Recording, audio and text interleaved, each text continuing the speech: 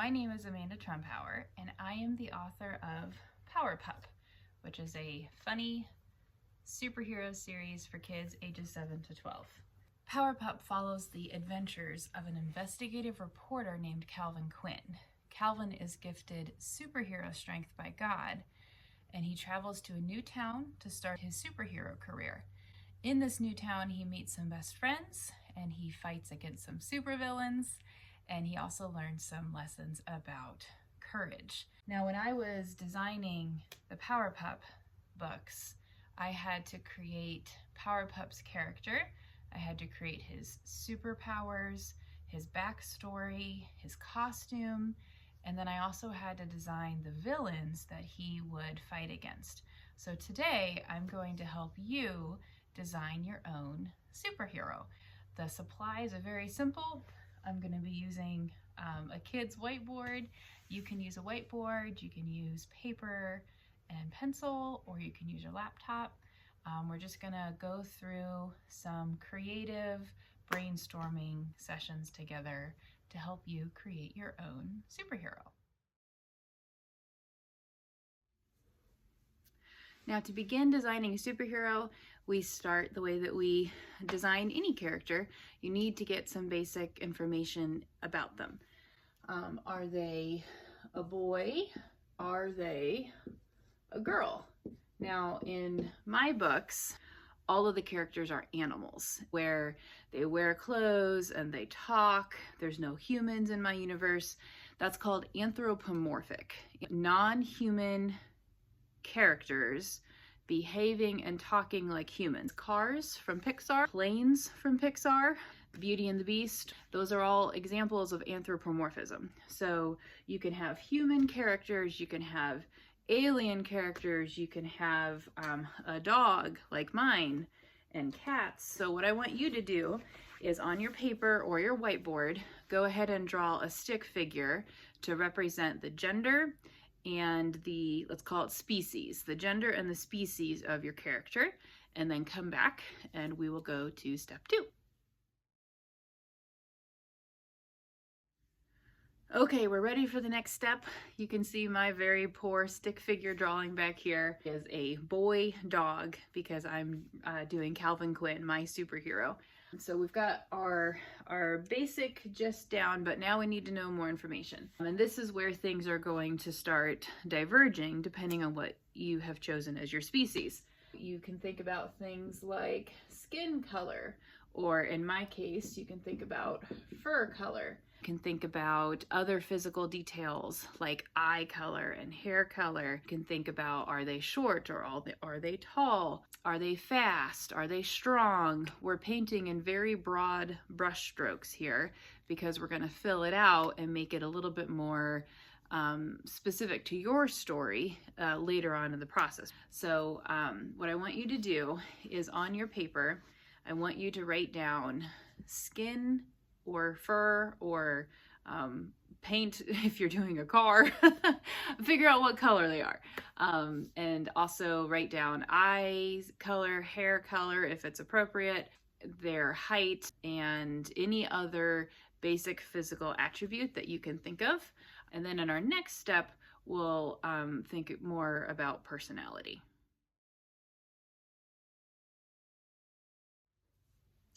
Okay, so hopefully now on your paper you have a couple of basic descriptors. So for me, I did the basic ones that we talked about. I also did build. This is important for Calvin's character. Calvin is a skinny, nerdy, kind of dorky character, and then when he becomes Power Pup, and God grants him his super strength, he's like super bulked and puffed up. There's a little bit of Calvin's personality built into even his physical appearance. So that's an example of how you can start to take physical characteristics and start to build in some personality. You may not have the opportunity to do that. Maybe your character doesn't change sizes. Okay, this is just an example of how it works for my character. Now I also did a little bit of work with clothes. Clothes are another area where you have the opportunity to put some meaning behind it. For example, Calvin When he's in his reporter mode, he wears glasses. He's inspired by Clark Kent of the Superman lore. So just like Clark Kent, when Calvin is in reporter mode, he wears like big nerdy glasses. And that's one of the things that he's kind of known for. So you want to kind of think about, as you're developing your character, you're going to give your readers dialogue, you're going to give them action, you're going to give them lots of things to remember the character by, but it's always really helpful to have a couple of visual shortcuts that you can use, even if you don't have pictures in your book. In the reader's mind, you're helping them paint a picture, and if you give them a couple of little concrete things that they can associate that character with visually, it will help that character stand out more. You want to be careful because it is easy to get into stereotypes with this kind of stuff, and stereotypes are boring. Something is a stereotype because we have seen it over and over and over again, and it's not creative or funny. So there is a little bit of a balance when you're coming up with visual clues. Visual clues work because we all know how to read them. We all know that when we see the character with big glasses, we know they're the nerdy one. But you want to make sure that you're giving them other aspects of their personality, so they're more than just the nerdy character. They are the nerdy character, but they need to be more than that. Otherwise, you run the risk of just using stereotypes, and then your story won't be as interesting. So what I want you to do now, if you haven't thought about how your character dresses, I want you to pause, and I want you to do that now. And I want you to do it for 3 different scenarios. The first scenario, I want you to think about how your character dresses for their everyday life. So whether that's their job, or going to school, or being involved with their family, whatever their day-to-day responsibility is, I want you to think about how they dress. The more specific you can be, the better. So when you're done with their everyday look, I want you to think about how they would dress if they were trying to impress someone important to them. For the last one, I want you to figure out how they would dress on their day off. Maybe they're on vacation, maybe they're just chilling at home. Figure out what they look like when they're relaxing and when they think nobody else around them is watching. And I want to say, if you're not exactly sure of these things, if you're not sure what the answers are, it's okay. Right now we're just brainstorming, so maybe you're like, oh yes, my character is going to wear polo shirts when he's trying to impress somebody. And then later on in the process you realize, well, they're not really as business oriented as I thought they were. They're actually a little bit more artistic. That's okay. We can change these answers. This is just the beginning of the process. So I will leave you, and I will come back once you have identified what they would wear on those 3 different occasions. So behind me, we have some very terrible drawings, and these terrible drawings represent the 4 different personality types. I do not know what this personality system is called, but I do know it was developed by a Christian psychologist, which is one of the reasons I like to use it.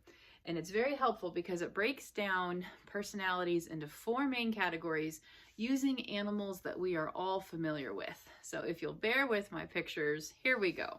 The first one is a lion. People who are lions are authoritative, they're confident, they're leaders, they like to be in charge. They can err on the bossy side, they can be demanding, they could even be rude and blunt.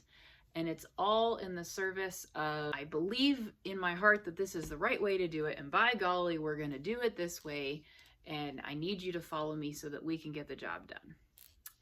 This is a beaver, even though it doesn't look like one. A beaver is not as much of a leader as the lion is, so much as he's the analysis. He doesn't really care who's in charge, he just wants to know that it's being done right. And because the beaver is so methodical, because the beaver is so careful, measure everything 5 times before you cut once, usually in the beaver's mind, the way that he wants to do things is the right way, because he knows that he has taken the time to read the instructions, to talk to the experts, to figure out what is the right way and the wrong way. Like the lion, the beaver has a very strong sense of there is a right way and there is a wrong way. And it's not so much that it's the right way because I want to do it. it's the right way because I've done all the homework and I've done all the studying, and this is what seems to be the right answer. A lion wants to be in charge. And if you say, hey, I would like to be in charge, it's going to be hard to convince the lion to let you be in charge. Whereas the beaver, if you have good reasons for wanting to be in charge, if you have evidence to show that you can be a good leader, then you might be able to persuade him to let you be the leader as long as you're going to do it right. A beaver can also be demanding. A beaver can be critical because, again, they're very committed to doing things well, doing things right, and adhering to a very high standard. Beavers are wonderful problem solvers. I happen to be married to a beaver, a computer programmer. So beavers are very good at analyzing things. They're very good at solving problems, and they're very helpful people to have on your team. They're not as interested in your feelings. The feelings come under the department of the golden retriever. Golden retrievers love people. They love to be helpful. They love to be friendly. They want to be there for you. They want to comfort you if you're sad or if you're sick. They're very gentle. They're very kind, nurturing. Let's talk about downsides of golden retrievers. They're so interested in pleasing other people that if they feel like they've failed, or if they feel like you are unhappy with them, they're gonna get really grumpy. But the tricky thing is, if a lion is mad at you, it will not be a secret. They will be very clear about the fact that they are mad at you. A golden retriever is not going to be honest about the fact that they're mad at you. They're just gonna hold it inside and stew and pretend that everything is fine when it's really not. So they can be difficult people when they feel like there's something wrong. Our last personality type is an otter, and I know it looks like a terrifying clown child, but let's just pretend it's an otter. Otters love to have fun. They like to do crazy things. They like to play. They like to do tricks. They don't really care about following the rules like a beaver. They don't really care about staying with the plan like a lion. They don't even care about your feelings as much as the golden retriever does. They just want to have a good time. So that's your overview of the four personalities. So what I want you to do is take your character and spend some time brainstorming. You may need to spend a couple of minutes on this. I want you to try to picture what it would look like if your character was all of these things. So do a version of your character where he's a golden retriever, do a version where she's a beaver, lion, otter, do all four, and figure out which one feels right to you. So now that we know a little bit about their personality and who they are, now we get to start talking about the superhero stuff. So when we're talking about superhero characters, they all have a superpower. And there's a couple of main categories that superpowers come in. I was born this way. This is my very poor attempt at the Wonder Woman logo. These can be, in some superhero stories, they're demigods. Other times they are characters like Kal-El or Superman, where he was born on another planet and then he came to Earth. So although he was not a superhero on his home planet, he was once he came to Earth. So he was born this way. Versus something happened to me and it changed me. Spider-Man is a really good example of this. Do you like my little terrible spider drawing? Spider-Man, Peter Parker, was an ordinary kid and he got bitten by a radioactive spider and now he has superpowers. Hulk is another example. He was an ordinary scientist, Bruce Banner, working in the lab, and an accident happened and he got exposed to gamma radiation and now he's the Hulk. Batman is an interesting variation. He was not born this way. He's just a smart, rich person. And depending on what version of Batman you're talking about, in some versions of Batman, he does almost have a superhero-like intellect, and he's the greatest detective ever alive, and he's really, really smart. So in that sense, you could say he was born with it. But what Batman is more famous for are the gadgets, the car and the motorcycle, the bat belt and the batarangs. So that's not a I was born this way. And it's not really a something happened to me, it's a I made this. So it's a third category. Iron Man is the same way. Again, he's rich, he was born that way, but what makes him the superhero is the Iron Man suit, and he made that himself, again, using a superior intellect. So I think what you're going to find is that if you're using a superhero who has a power that's fueled by gadgets and things that he made, he's going to be smart in some way. You could go the I was born with this route. I was born with super speed. I was born with the power to levitate something. Pretty much all the X-Men, you know, they're literally born that way because it's a mutation in their genes. And then the third category, something happened to me. I was struck by lightning. I fell in a vat of toxic waste. In the Powerpup books, Calvin, something happened to him. God granted Calvin superhero strength, but then I wanted to give him a funny backstory too, because this is supposed to be a comedy superhero series. So although his strength comes from God, his ability to fly comes from the fact that he ate radioactive broccoli by mistake. So if you want to have multiple explanations for multiple powers, you can. You just need to be careful that you don't overpower your superhero. And we're going to talk about that in the next section. But for right now, what I want you to do is I want you to draw on your paper, draw a line. Actually, go ahead and draw 2 lines so that you have 3 columns. And in the one column, it's the something happened to me. In the middle column, it's the I made myself a superhero with gadgets or something like that, like Batman and Iron Man. And then the third column is I was born this way.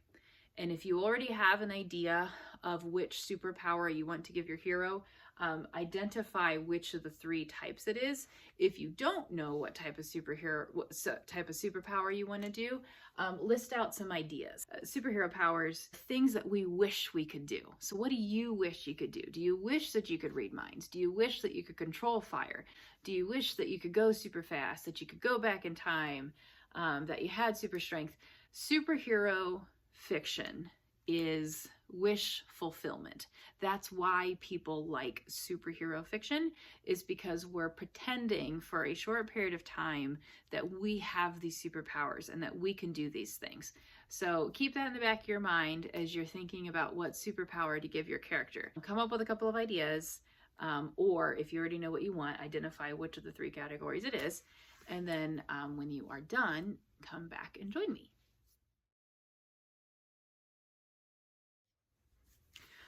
Okay, in this section, we're going to talk about balancing your superpowers. And this is probably the most important thing that we're going to talk about. When you are telling a superhero story, the most important thing to do is figure out what the limitations are of your character's superpower. For example, Powerpup has 2.5 abilities. He's super strong, and he can fly. And in the story, I explain how these 2 things happen. Now, sometimes I want him to have super hearing. Sometimes I want him to have freeze breath. But I don't want him to always have super hearing, because if he always had super hearing, you would never be able to surprise him. He would always be able to hear the bad guys and hear what they're doing before they could do it. So for some of these really powerful abilities, I needed to be able to basically turn it on and off. And so the way I did that is some of these extra things he gets via gadgets. He has kind of an Alfred character. He manages the cave and he builds gadgets for Calvin. And depending on the needs of the story, he might develop a supersonic hearing gadget for Calvin to wear for that adventure. The important thing here is that he does not have access to all those things all the time.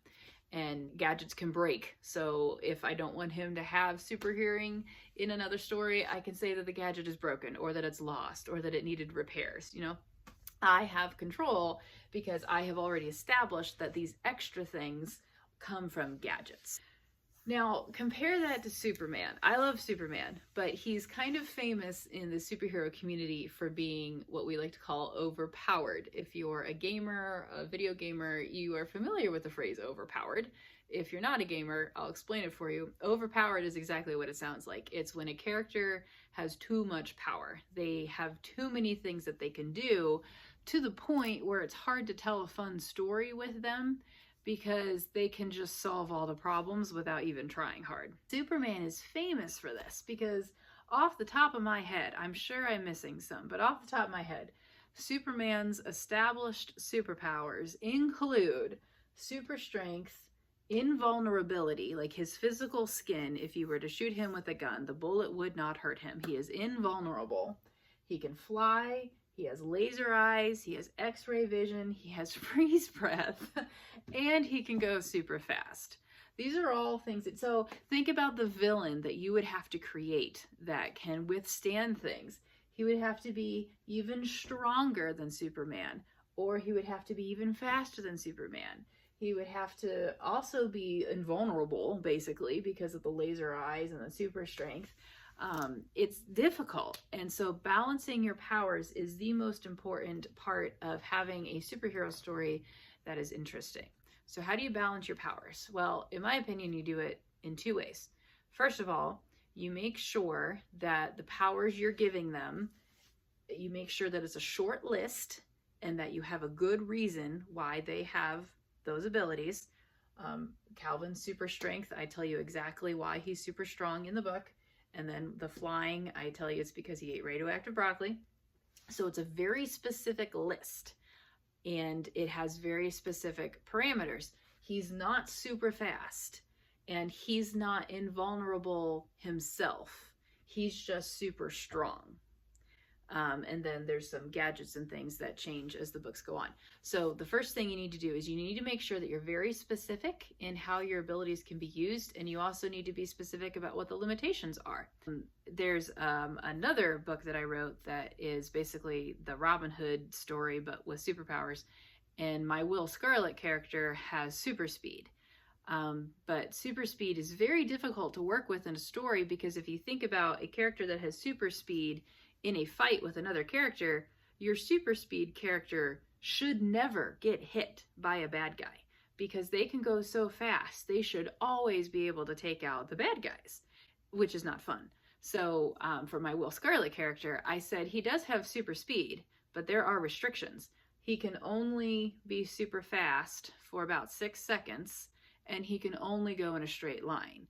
If he needs to turn, he has to do that at regular speed, and then every time he does his super speed, he has to wait before he can do it again. You want to be specific, and you want to have limitations. What are some of Superman's limitations? Well, he's allergic to kryptonite. So here is what we're going to do. Just like Superman is allergic to kryptonite, you can come up with external things that weaken your superhero. They could be water, they could be an allergy to a food, they could be a rock. Maybe they're terrified of butterflies, or they're afraid of bees. I want you to brainstorm a list of external things that are in the superhero's environment that they're afraid of.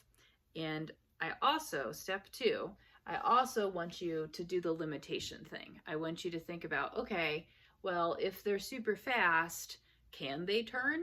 Do they only go super fast for a couple of seconds? If they have freeze breath, does that mean that they can create snow? Can they only create ice? Do they have to have water in their environment to draw the water from and turn it into ice? Think about limitations. So on a new piece of paper, come up with a couple of environmental things that you could choose to use as fears or limitations on your superhero. And then on another piece of paper, write down some things about the powers that limit them. What are the specific rules by which these powers have to work? And then when you're done, come back and join me. Okay, so at this point in the process, we have done some rough sketching of what our character physically looks like. We've done a little bit of work thinking about their personality, and we've done a little bit of work thinking about their superpower and how we're going to limit that in the course of our story. End our time together. The final thing that I want us to think about is your superhero's why.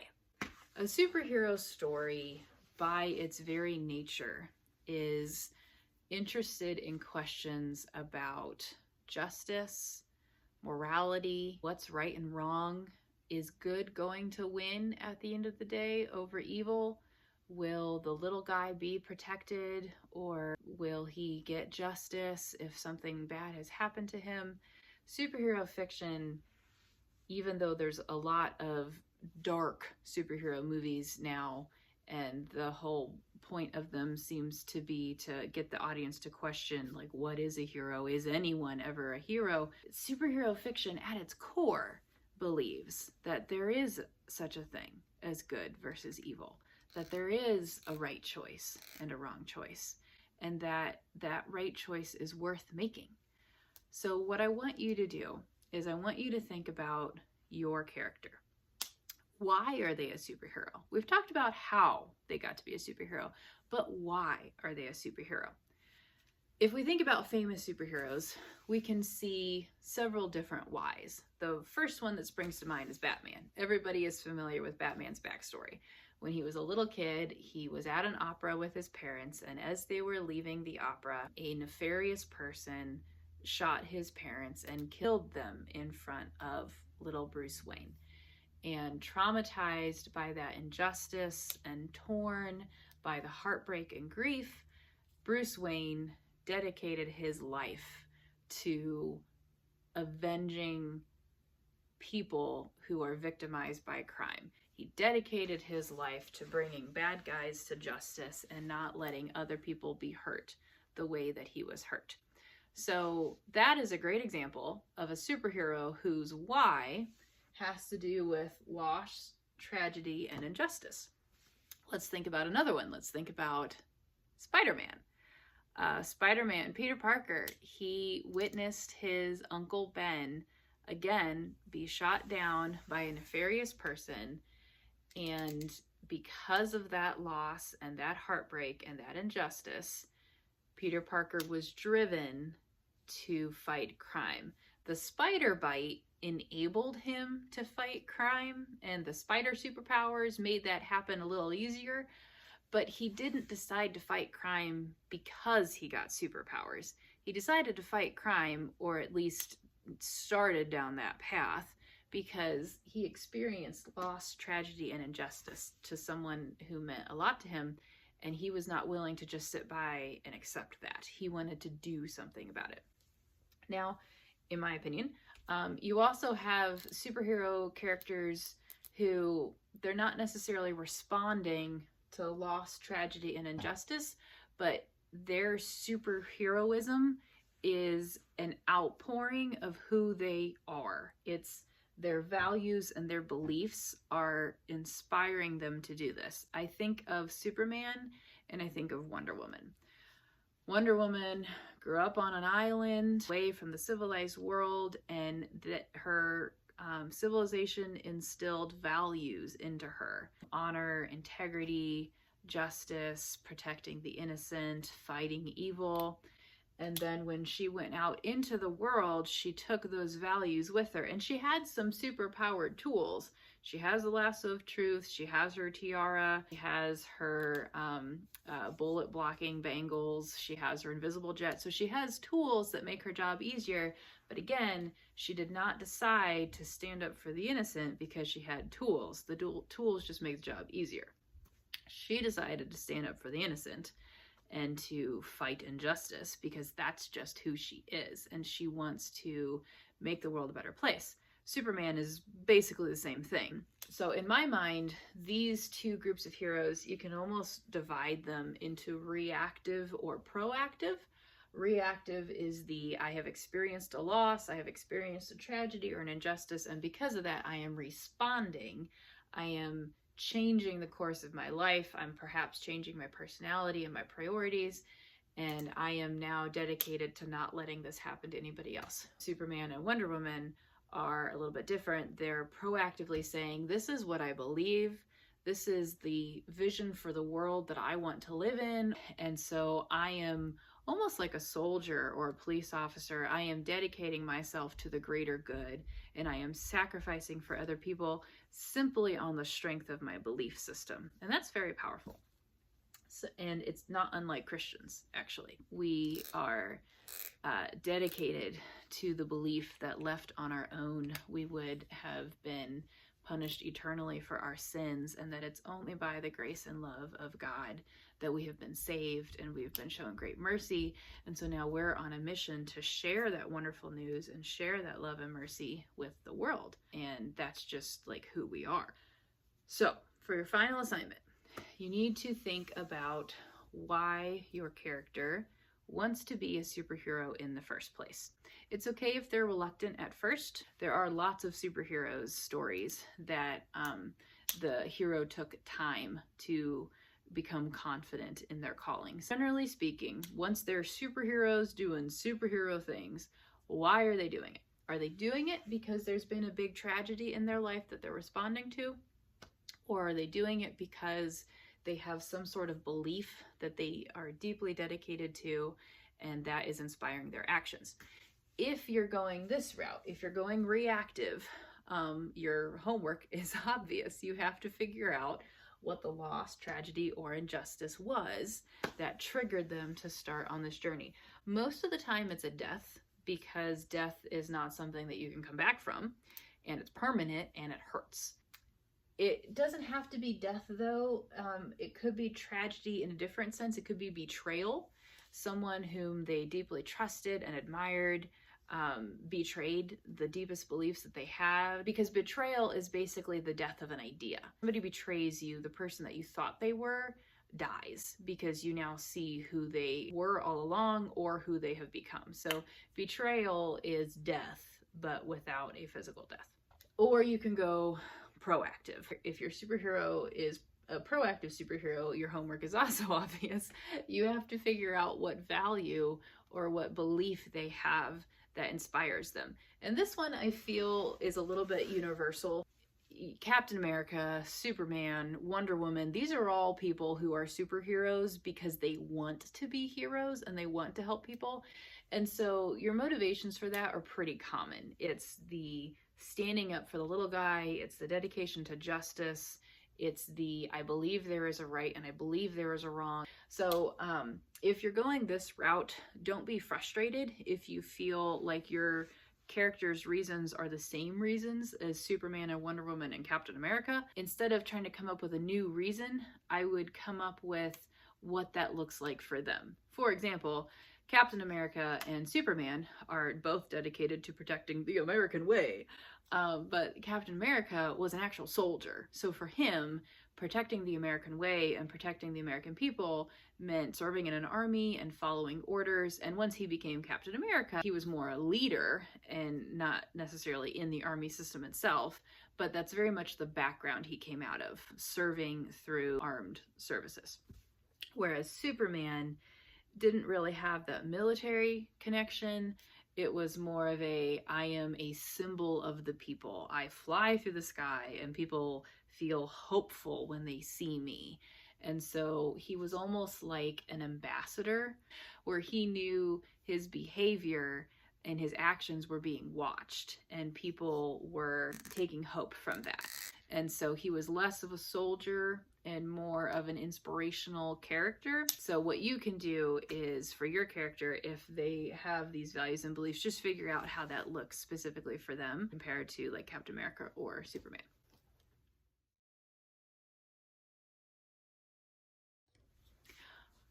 Okay, thanks so much for joining me. Thanks for pausing the video and doing the homework. I hope this helped design your superhero, at least get you kickstarted on the process. Next step is to design your supervillain. And actually, you're going to use the same process that you used for your superhero. You're just going to inverse the values. So when you get to the step of talking about the why are they a superhero? Well, you talk about why are they a supervillain? And again, the loss, tragedy, and injustice works really well for a supervillain. Something super crappy probably happened to them that inspired them on their life of crime.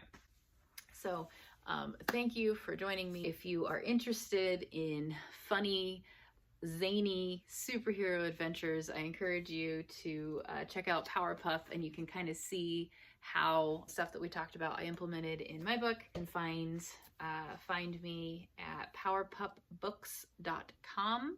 If you're designing a superhero and you would like a little bit of help or a little bit of feedback, I love talking to young writers. It is my favorite thing in the world. So please feel free to email me at any time. You can find my email address on my website, amandatrumpower.com, or just go to powerpuppbooks.com. They go to the same place. Find my email address on that website, and you are welcome to email me if you have questions, if you need a little bit of help working out your superhero idea. I will do my best to answer anybody who has questions. So thank you so much.